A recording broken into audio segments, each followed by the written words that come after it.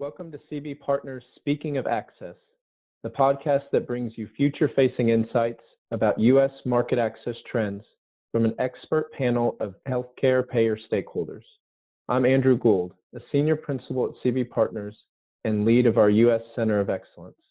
I will be joined by three blinded external payer panel members, including Fred, a medical director at a regional MCO, Art, a pharmacy director at a regional MCO that is a subsidiary of a national, and Donald, a pharmacy director at an integrated delivery network. For this segment, we're going to talk about gene therapy management and looking at considerations both now and in the future. So if we focus on the launch of ZOLGENSMA, and there's obviously a few gene therapies that are entering the market as well, specifically in hemophilia, we want to talk with our respondents today about the potential considerations about cost of these therapies, any considerations about management or payer pushback, and also the payer perspective in terms of the lack of having long-term data to support these new therapies. Well, I don't know if you have any key questions here. I mean, this is Art. I mean, I guess the good thing is you probably never, at least I'm probably never going to see a lot of these because we just, based on my population size, the likelihood that I'm going to get a request for this is probably very small.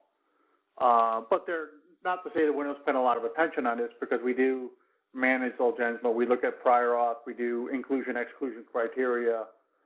So we manage it as aggressively as we can. I guess the biggest thing is, to what you said, is there any expectation of the value it brings? That I don't know. I think I need to see some real-world evidence. At $2 million plus for an administration, for me, value has to provide some data regarding some downstream cost benefits as well, which I don't think we're too early to even see if there's anything available regarding that. And definitely there is a lack of long-term data at this point because, it just got recently approved.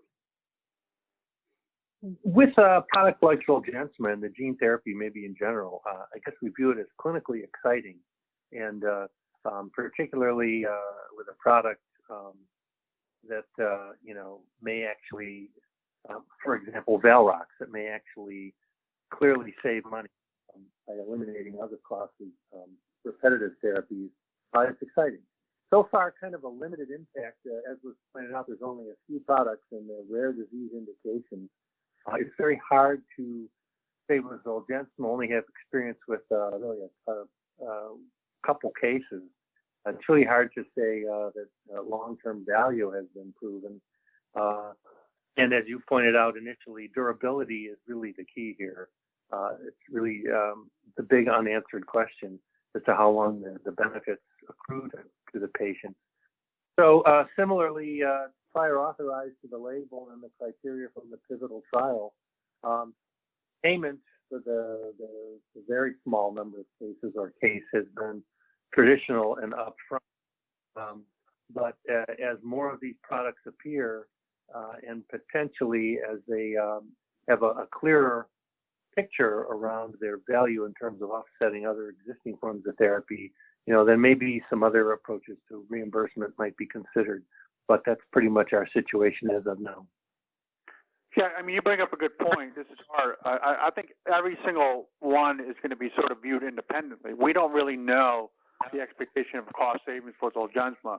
But a gene therapy for hemophilia that eliminates the need for factor products, yeah, there's a potential for cost savings that could be calculated based on trial data and the reduction in the need for factor products. So each one is really going to have their own, it's going to be independent to determine the level of value that each one may bring to their respective disease areas.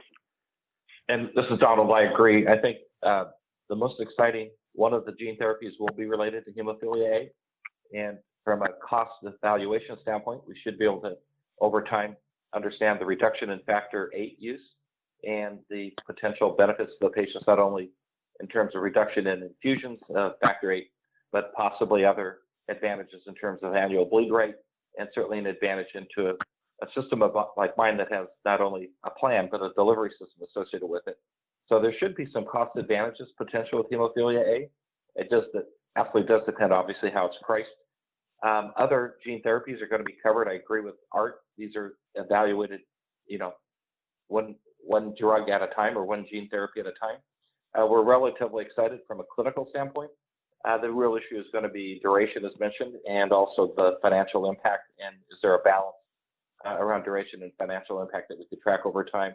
And lastly, our recommendation, of course, to the sponsors or manufacturers that they should be committed from their clinical trials tracking patients long-term in future extended studies in order to start to validate that there's long-term benefits, potentially clinically first and then financially second.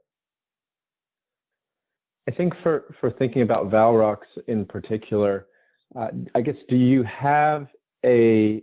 you have a different approach when that product is being evaluated at P&T, giving the opportunity to offset factor in terms of a cost standpoint, meaning ZOLGENSMA and Luxturna, while beneficial clinically to the patient, there certainly were probably minimal health resource offsets for either of those products. So I'm just curious if the fact that there can be health resource offsets potentially with the Valrocks, do you manage that differently, or do you have different discussions, or do you think about creating a policy that's different as a result of that?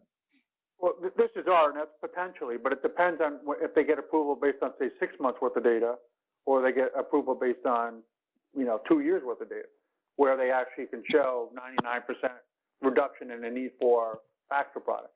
It would at least support or justify a price point that if they showed that, then we can sort of calculate, say, hey, you know what? This is just like 3 or 4 years worth of a factor product. And it makes it more, we can put our hands around that price point. Something like ZOLGENSMA, Luxturna, I don't know whether ZOLGENSMA is really worth $2 million. Yes, it provides some efficacy benefit, but I don't know, because I don't know that long-term downstream benefit. But with something like this, where we have therapies available and they're expensive, you have data showing this gene therapy reduces significantly the need for the current standard of care, then I think we have different discussions with the manufacturer about that.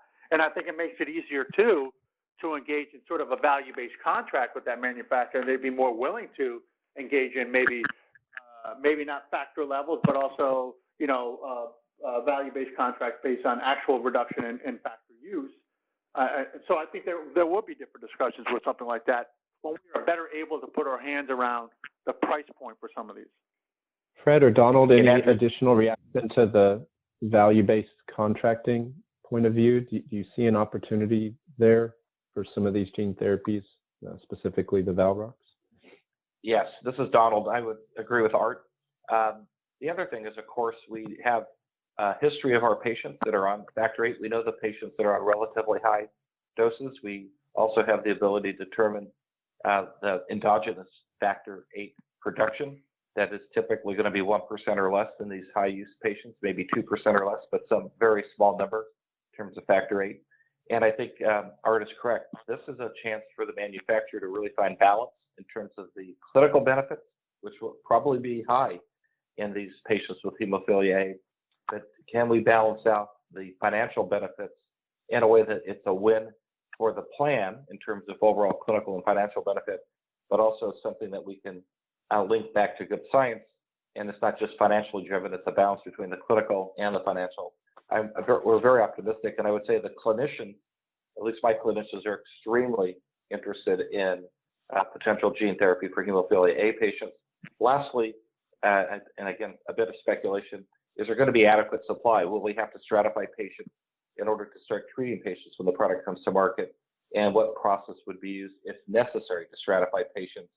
Because there may not be enough product initially to treat all patients that might be eligible. Again, not to speculate too much, but that's a discussion. If we can't get enough product initially, which patients should we prioritize working with our clinicians? Perfect. Thanks for listening to this podcast. I would like to thank our respondents today for their participation. This has been CB Partners Speaking of Access.